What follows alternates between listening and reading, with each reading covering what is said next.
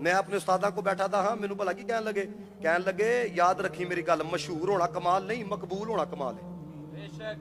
کیوں شیطان نہ لو بہتا کیڑا مشہور جے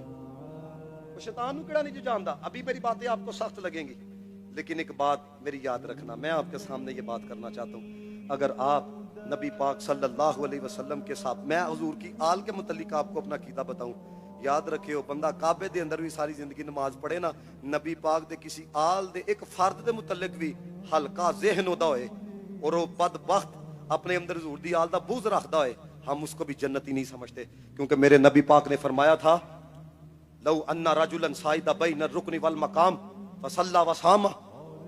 ثم مات وهو مبغض لاهل بیت محمد صلی اللہ علیہ وسلم دخل النار فرمایا وہ بھی آگ کے اندر جائے گا اور اسی طرح میرے نبی پاک نے صحابہ کے متعلق کہا تھا فرمایا جس نے میرے صحابہ کو اذیت دی اس نے مجھے محمد مصطفیٰ کو اذیت دی جس نے مجھے محمد مصطفیٰ کو اذیت دی اس نے رب کو اذیت دی اب مجھے بتاؤ دونوں کے متعلق حضور کا فرمان موجود ہے نا جیڑا ایک فرمان بیان کرے دوجا بیان نہ کرے وہ ڈنڈی مارتا ہے کہ نہیں مارتا بولو سارے آپ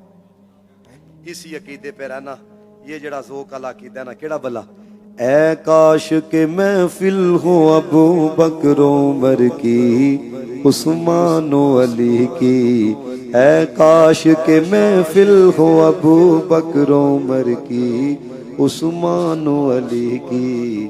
یاروں سے سنے ہم بھی کبھی یار کی باتیں سرکار کی باتیں بولو سرکار کی باتیں سرکار کی باتیں جب کوئی نہیں کوئی سہارا غم خار ہمارا یہ جملہ سب نے کہنا ہے پھر کیوں نہ کریں اپنے خریدار کی باتیں سرکار کی باتیں سرکار کی باتیں سرکار کی باتیں تو بھائی دیکھو یہ جملہ صرف سنی کہہ سکتا ہے کہ ہم نے جس کو بھی مانا ہے حضور کی وجہ سے مانا سمجھ رہے ہو اپنے اعمال بھی ٹھیک کرو